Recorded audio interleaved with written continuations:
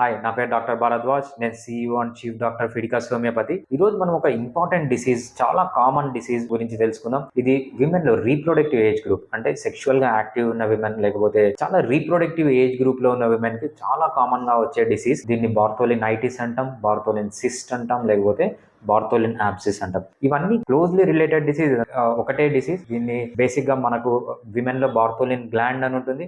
ఆ గ్లాండ్ కి సంబంధించిన డిసీజ్. ఈ మూడు డిసీజెస్ చాలా క్లోజ్ గా ఉంటాయన్నమాట. అందుకు ఈ డిసీజ్ అన్నింటినీ కలిపి తెలుసుకుందాం. మెయిన్ ప్రాబ్లం ఈ డిసీజ్ లో ఏంటంటే, ఈ డిసీజ్ మళ్ళీ మళ్ళీ వస్తూనే ఉంటుంది అనమాట. సో మీరు ఒకసారి వచ్చింది, సరిగా ట్రీట్మెంట్ తీసుకోలేదు, ఒక్కొక్కసారి కంప్లీట్ గా ట్రీట్మెంట్ తీసుకున్నా కూడా మళ్ళీ మళ్ళీ వచ్చే ఛాన్స్ చాలా ఎక్కువగా ఉంటుంది.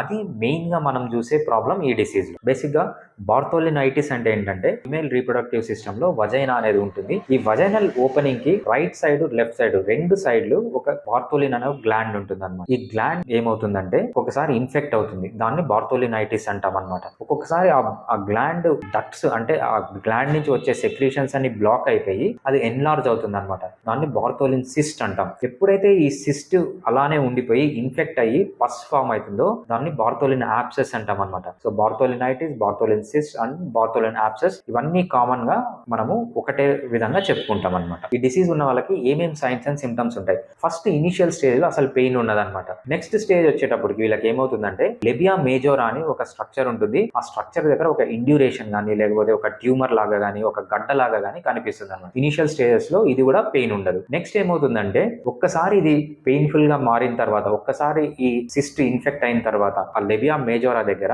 ఈ గడ్డ అనేది ఎర్రగా అయిపోతుంది, పెద్దగా అయిపోతుంది. ముట్టుకుంటే చాలా టెండర్ గా ఉంటుంది, చాలా పెయిన్ఫుల్ గా ఉంటుంది. వీళ్ళు ఏంటంటే నడవలేరు, నడిస్తే పెయిన్ వస్తుంది, కూర్చుంటే పెయిన్ వస్తుంది, సెక్షువల్ ఇంటర్ కోర్స్ లో పెయిన్ వస్తుంది. నార్మల్ గా ఈ సిస్ట్ ఇన్ఫ్లమేషన్ అనేది లెఫ్ట్ సైడ్ కానీ రైట్ సైడ్ కానీ జరుగుతుంది, ఏదైనా ఒక్క సైడ్ మాత్రమే జరుగుతుంది. చాలా రేర్ కేసెస్ లో ఏమవుతుందంటే, ఇది రెండు సైడ్లు పెయిన్ అనేది, లేకపోతే రెండు సైడ్ సిస్ట్ ఫార్మేషన్ అనేది జరుగుతుంది. అంతేకాకుండా కొంతమంది విమెన్ లో ఎలా ఉంటుందంటే, వజైనల్ రీజన్ లో హెవీనెస్, అంటే చాలా ఏదో వెయిట్ పెట్టినట్లు కూడా వాళ్ళకి ఒక సిమ్టమ్ అనేది కనిపిస్తుంది. ఎప్పుడైతే ఈ యాబ్సెస్ రప్చర్ అవుతుందో, రప్చర్ అంటే ఓపెన్ అవుతుందో, అక్కడి నుంచి బ్లడ్ రావడం, లేకపోతే పస్ రావడం, ఇదంతా వజైనల్ ఏరియాలో కావడం అనేది కామన్ గా చూస్తూ ఉంటాం. ఈ డిసీజ్ వచ్చిన వాళ్ళు ఎటువంటి ఇన్వెస్టిగేషన్స్ చేసుకోవాలి? సో నార్మల్ గా ఈ డిసీజ్ ఇన్వెస్టిగేషన్ ఏం అవసరం లేదు. కాకపోతే ఏంటంటే, రికరెంట్ గా వస్తుంటే, మళ్ళీ మళ్ళీ వస్తుంటే మనము ఆ సిస్టమ్ తీసుకొని బయాప్సీకి పంపిస్తామన్నమాట. బయాప్సీకి పంపించడానికి మెయిన్ ఉద్దేశం ఏంటంటే, అక్కడ ఏమన్నా క్యాన్సర్ టిష్యూ ఫామ్ అవుతుందా, క్యాన్సర్ కి ఏమైనా దారి తీస్తుందా అని తెలుసుకోవడానికి మనం బయాప్సీ పంపిస్తాం తప్పితే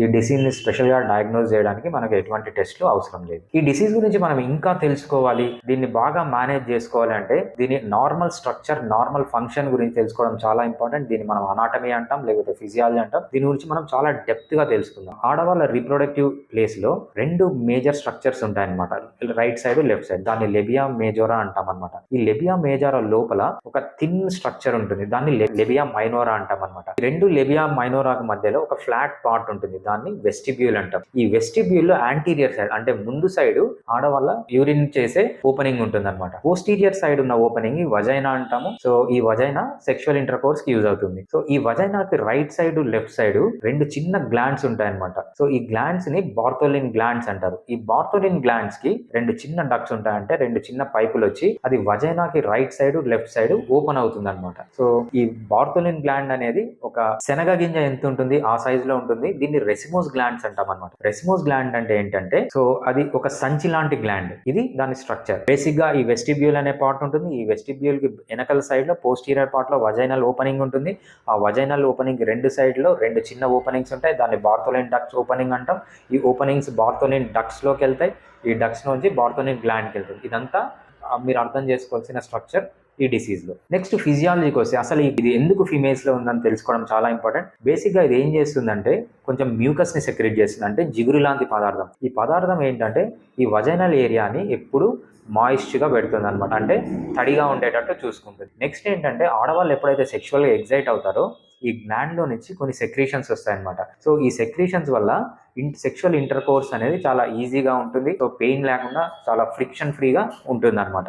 అంతేకాకుండా దీనివల్ల యూజ్ ఏంటంటే, వజైనాను ఎప్పుడు ఇన్ఫెక్షన్స్ కి దూరంగా పెట్టింది. అది ఎప్పుడు మాయిస్ట్ గా పెట్టడం వల్ల సో ఈ బ్యాక్టీరియా అనేది వజైనాలోకి వెళ్ళి అక్కడ ఇన్ఫెక్షన్స్ ప్రొడ్యూస్ చేయకుండా వజైనాని కాపాడుతూ ఉంటుంది అనమాట. ఫస్ట్ వన్ ఏంటంటే వజైనాని తడిగా పెట్టడం, సెకండ్ వన్ ఏంటంటే సెక్షువల్ ఇంటర్కోర్స్ లో యూజ్ చేయడం, థర్డ్ వన్ ఇన్ఫెక్షన్స్ కాకుండా చూడడం. సో ఇవన్నీ ఈ గ్లాండ్ యొక్క ఇంపార్టెంట్ ఫంక్షన్స్. సో అసలు ఈ ఇన్ఫెక్షన్ రావడానికి రీజన్ ఏంటి?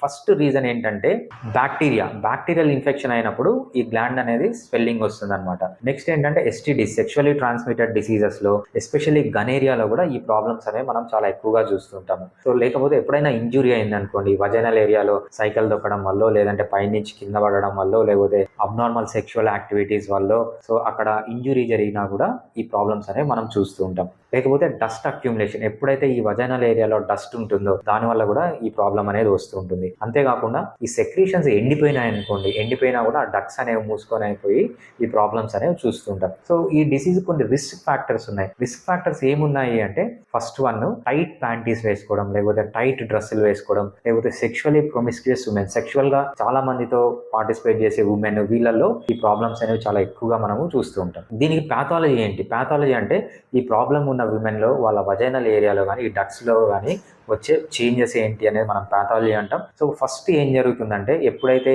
ఈ సెక్షువల్లీ ట్రాన్స్మిటెడ్ డిసీజెస్ వల్ల బ్యాక్టీరియా ఈ గ్లాండ్స్ లోకి ఎంటర్ అవుతుందో ఆ గ్లాండ్స్ అన్ని ఇన్ఫ్లేమ్ అయిపోతాయి అనమాట. సో పెయిన్ఫుల్ గా తయారైతుంది. దాన్ని బార్థోలినైటిస్ అంటాం. సో ఎప్పుడైతే ఈ గ్లాండ్స్ నుంచి బయటకు వచ్చే డక్ట్ మూసుకోబోతుందో, ఈ డక్ట్ ఎందుకు మూసుకోబోతుంది? ఏదన్నా డస్ట్ చేరడం వల్ల, లేకపోతే ఎప్పుడైతే ఈ మ్యూకస్ సెక్రీషన్స్ హార్డ్ అయిపోయి అవి డ్రై అయిపోతాయో అప్పుడు కూడా ఆ డక్ట్ మూసుకొని పోయినప్పుడు లోపల సెక్రీషన్స్ అన్ని అలానే ఉండిపోతాయి అనమాట. సెక్రీషన్స్ బయటికి రాకుండా ఉండడం వల్ల గ్లాండ్ సైజ్ అనేది పెరిగిపోయి గట్టిగా తయారవుతుంది. దాన్ని మనం సిస్ట్ అని చెప్తాం అనమాట. ఎప్పుడైతే ఈ సిస్ట్ అనేది లేకపోతే ఈ మ్యూకస్ అనేది ఇన్ఫెక్ట్ అవుతుందో, సో ఇన్ఫెక్షన్ ఎక్కువ అవుతుందో అక్కడ పస్ ఫామ్ అవుతుంది అనమాట. దీన్ని ఏమంటారంటే బార్థోలిన్స్ యాబ్సెస్ అంటాం అనమాట. ఎప్పుడైతే ఈ యాబ్సెస్ వస్తుందో అక్కడ రెడ్ గా అయిపోవడం, లేకపోతే పెయిన్ఫుల్ గా రావడం, టెండర్ గా రావడం, సో ఇవన్నీ కామన్ గా మనము ఆ ఏరియాలో చూస్తూ ఉంటాం అనమాట. అసలు కన్వెన్షనల్ ట్రీట్మెంట్ ఏముంది ఈ డిసీజ్ కి? కన్వెన్షనల్ ట్రీట్మెంట్ అంటే మీకు వజైనల్ ఏరియాలో ఆ ప్రాబ్లం వచ్చినప్పుడు సో మీరు ఏదైనా ఇంటి పక్కన ఉన్న డాక్టర్ దగ్గరకో, లేకపోతే ఒక గైనకాలజిస్ట్ దగ్గరకో, లేకపోతే ఒక కార్పొరేట్ హాస్పిటల్కి వెళ్ళడం ని కన్వెన్షనల్ ట్రీట్మెంట్ అంటారు.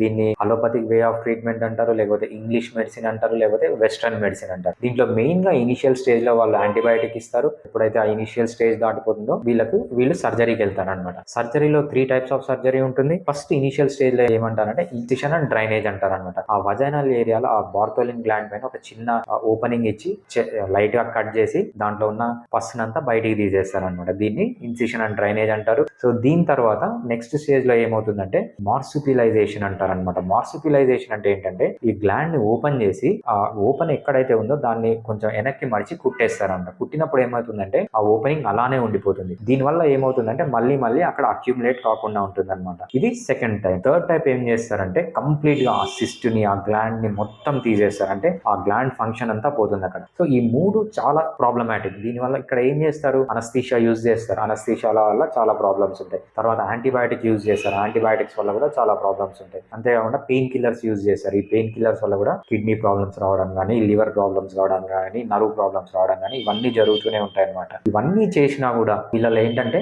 మళ్ళీ వచ్చే ఛాన్స్ చాలా ఎక్కువగా ఉంటుంది. సో ఈ డిసీజ్ లో కన్వెన్షనల్ ట్రీట్మెంట్ అనేది అంత యూస్ఫుల్ గా ఉండదు. సో చాలా ఇబ్బందికి పాలవాల్సి వస్తుంది. ఇంత ఇబ్బంది పడి సర్జరీ చేసుకున్నా కూడా సో మళ్ళీ రాదు అనే గ్యారంటీ ఉండదన్నమాట. నెక్స్ట్ మనం ఈ డిసీజ్ లో హోమియోపతి ఎలా హెల్ప్ చేస్తుంది అని క్లియర్ గా తెలుసుకుందాం. సో ఇది ఫస్ట్ స్టేజ్ లో ఉన్న అంటే బార్థోలినైటిస్ లో ఉన్న, లేకపోతే బార్థోలిన్ సిస్ట్ లో ఉన్న, బార్థోలిన్ యాబ్సెస్ లో ఉన్న చాలా ఎక్సలెంట్ మెడిసిన్ ఉంటుంది హోమియోపతిలో. ఈ హోమియోపతిలో ఉన్న డిసీజ్ ని క్యూర్ చేయడమే కాదు, ఈ డిసీజ్ ని మళ్ళీ రాకుండా కాపాడుతుంది. ఫర్ ఎగ్జాంపుల్ మీకు ఒకసారి వచ్చింది, హోమియోపతి ట్రీట్మెంట్ తీసుకున్నారు, మళ్ళీ రావడానికి ఛాన్స్ చాలా తక్కువగా ఉంటుంది అనమాట. అదే కాకుండా మీకు డిసీజ్ వచ్చింది, లేకపోతే మీరు ఆల్రెడీ సర్జరీ చేయించుకున్నారు, సర్జరీ చేయించుకున్నా కూడా మీకు మళ్ళీ వస్తుంది. సో హోమియోపతి ట్రీట్మెంట్ తీసుకుంటే ఇది మళ్ళీ రాకుండా కాపాడచ్చు అనమాట. అంతేకాకుండా ఆల్రెడీ మీరు సర్జరీ చేయించుకున్నారు, మీకు మళ్ళీ వచ్చింది, సో ఈసారి హోమియోపతి ట్రీట్మెంట్ తీసుకుంటే మళ్ళీ రాకుండా ఉండే ఛాన్స్ చాలా ఎక్కువగా ఉంటుంది. ఇవన్నీ వితౌట్ ఎనీ సైడ్ ఎఫెక్ట్స్. హోమియోపతిలో మీకు ఈ ట్రీట్మెంట్ అనేది జీరో సైడ్ ఎఫెక్ట్, ఒక్క చిన్న సైడ్ ఎఫెక్ట్స్ లేకుండా మనము ట్రీట్మెంట్ అనేది చేసుకోవచ్చు. అంతేకాకుండా హోమియోపతి అనేది చాలా అఫోర్డబుల్. మీరు సర్జరీతో పోల్చిన, యాంటీబయాటిక్స్ తో పోల్చిన, పెయిన్ కిల్లర్స్ తో పోల్చిన ఈ ట్రీట్మెంట్ అనేది చాలా తక్కువ ఖర్చుతో చేసుకోవచ్చు. సో చాలా ఎఫెక్టివ్ గా చేసుకోవచ్చు. ఏ సిస్టమ్ ఆఫ్ మెడిసిన్ మీరు ఆయుర్వేద తీసుకోండి, అలోపతి తీసుకోండి, దేంతో పోల్చినా చాలా ఎఫెక్టివ్ గా ఈ డిసీజ్ ని మీరు ట్రీట్ చేసుకోవచ్చు, ప్రివెంట్ చేసుకోవచ్చు. మళ్ళీ ఇది వితౌట్ ఎనీ సైడ్ ఎఫెక్ట్స్. ఈ డిసీజ్ వచ్చిన వాళ్ళు ఎటువంటి ప్రికాషన్స్ తీసుకోవాలి వస్తుందనేది మనం చూద్దాం. ఫస్ట్ ఏమంటే ఈ డిసీజ్ వచ్చిన వాళ్ళు సిడ్జ్ బాత్ చేయాలి. సిడ్జ్ బాత్ అంటే ఏంటంటే ఒక టబ్బు తీసుకొని దాంట్లో గోరువెచ్చని నీళ్ళు వేసుకొని 10 నుంచి 20 నిమిషాల వరకు ఒక 3-4 సార్లు దాంట్లో కూర్చోవాలన్నమాట. ఎప్పుడైతే ఇలా కూర్చుంటారో అక్కడ ఆ సిస్ట్ అనేది మెచ్యూర్ అయ్యి ఓపెన్ అవుతుంది. ఓపెన్ అయినప్పుడు దాంట్లో ఉన్న పస్ అంతా బయటకు వచ్చేసి మీకు రిలీఫ్ అనేది వస్తుంది. ఇది ఫస్ట్ మీరు చేయాల్సిన పని. నెక్స్ట్ మీరు చేయాల్సింది ఏంటంటే మీ ప్రైవేట్ పార్ట్స్ ఎప్పుడు హైజెనిక్ గా పెట్టుకోవాలి. ఎప్పుడు ఆ వజైనల్ ఏరియాని చాలా క్లీన్ గా పెట్టుకోవాలి. ఇంకొకటి నెక్స్ట్ మీరు చేయాల్సింది ఏంటంటే సెక్షువల్ ఇంటర్ కోర్స్ ముందు, సెక్షువల్ ఇంటర్ కోర్స్ తర్వాత యూరినేట్ చేయడం అలవాటు చేసుకోవాలి. ఇలా యూరినేట్ చేయడం అలవాటు చేసుకున్నప్పుడు బ్యాక్టీరియా కానీ వైరస్ కానీ బార్థోలిన్ గ్లాండ్స్ లోకి ఎంటర్ కాకుండా ఉంటుందన్నమాట. అంతేకాకుండా సెక్షువల్ యాక్టివిటీకి ముందు, సెక్షువల్ యాక్టివిటీ తర్వాత సో మీ వజైనా అనేది నీట్ గా క్లీన్ చేసుకోవాలి. ఇది చేసుకున్నప్పుడు కూడా ఈ బ్యాక్టీరియా కానీ వైరస్ కానీ ఈ డస్ట్ కానీ ఏదైతే ఉందో అది గ్లాండ్స్ లోకి వెళ్లకుండా ఈ డక్ట్స్ ని మూసేయకుండా చాలా హెల్ప్ చేస్తుంది అనమాట. అంతేకాకుండా హెల్దీ సెక్షువల్ ప్రాక్టీసెస్ ని అలవాటు చేసుకోవాలి. సో అబ్నార్మల్ సెక్షువల్ పొజిషన్స్ కానీ ఇవన్నీ లేకుండా సో నార్మల్ గా ఉండేటట్లు చూసుకోవాలన్నమాట. నెక్స్ట్ మీ పార్ట్నర్ కన్నా సో సెక్షువల్లీ యాక్టివ్గా ఉన్నాడు, వాళ్ళకి ఏమన్నా ఎస్టీడీస్ ఉండొచ్చు, వాళ్ళకి ఇంకేమన్నా రోగాలు ఉండొచ్చు అని మీకు డౌట్ ఉంటే కండోమ్ వాడడం అనేది చాలా మంచిది. సో మీరు ఈ ప్రాక్టీసెస్ అన్నీ చేస్తే మీకు చాలా వరకు ఈ డిసీజ్ రాకుండా కాపాడుకోవచ్చు. ఈ డిసీజ్కి వచ్చిన వాళ్ళు మంచి డైట్ తీసుకోవాలి, లేకపోతే మంచిగా ఎక్సర్సైజ్ చేయాలి, మంచిగా నిద్రపోవాలి, మంచిగా స్ట్రెస్ ఫ్రీ లైఫ్లో ఉండాలి. ఎప్పుడైతే ఇవన్నీ చేస్తారో మీకు ఇమ్యూనిటీ అనేది పెరిగి ఈ డిసీజ్ మళ్ళీ రావడానికి ఛాన్స్ అనేది చాలా తక్కువగా ఉంటుంది. ఈ డిసీజ్ని పట్టించుకోకపోతే ఏమవుతుంది, అసలు ప్రోగ్నోసిస్ ఎలా ఉంటుంది? సో ఇనీషియల్గా బార్థోలినైటిస్ అప్పుడు పట్టించుకోకపోతే అది మూసుకొని పోయి సో బార్థోలిన్ సిస్ట్గా మారచ్చు. బార్థోలిన్ సిస్ట్ను కూడా ఇగ్నోర్ చేస్తే అది బార్థోలిన్ యాబ్సెస్గా మారి చాలా పెయిన్ఫుల్గా తయారవుతుంది, చాలా రెడ్గా తయారవుతుంది, చాలా టెండర్గా తయారవుతుంది. సో అక్కడి నుంచి పస్ కానీ లేకపోతే బ్లడ్ కానీ వచ్చే ఛాన్స్ ఉంటుంది.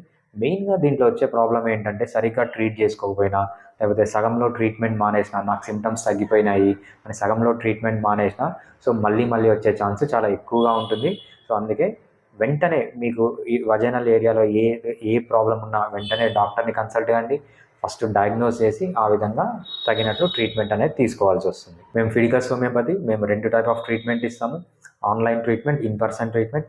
ఆన్లైన్ ట్రీట్మెంట్ అంటే మీరు ప్రపంచంలో ఎక్కడున్నా, లేకపోతే ఇండియాలో ఉన్నా, లేకపోతే తెలుగు రాష్ట్రాల్లో ఉన్న మీ కేసు మేము ఆన్లైన్లో తీసుకొని, అంటే మీకు వీడియో కాల్ కానీ ఆడియో కాల్లో కానీ మీతో మాట్లాడి అవసరమైతే ఇన్వెస్టిగేషన్స్ మీ దగ్గర నుంచి చేయించుకొని మేము తీసుకొని సో మెడిసిన్స్ అనేవి మీకు ఇంటికే పంపించేస్తాం అన్నమాట. ఈ మెడిసిన్స్ మీరు వాడుకోవచ్చు. సో ఎవ్రీ వీక్ మీరు మాతో కాల్ చేసి మాట్లాడచ్చు. ఇది online treatment. In person treatment అంటే మా క్లినిక్ మీరు డైరెక్ట్గా వచ్చి సో పర్సనల్గా మీట్ అయ్యి ట్రీట్మెంట్ కూడా తీసుకోవచ్చు. Thank you. Fiticus Homeopathy.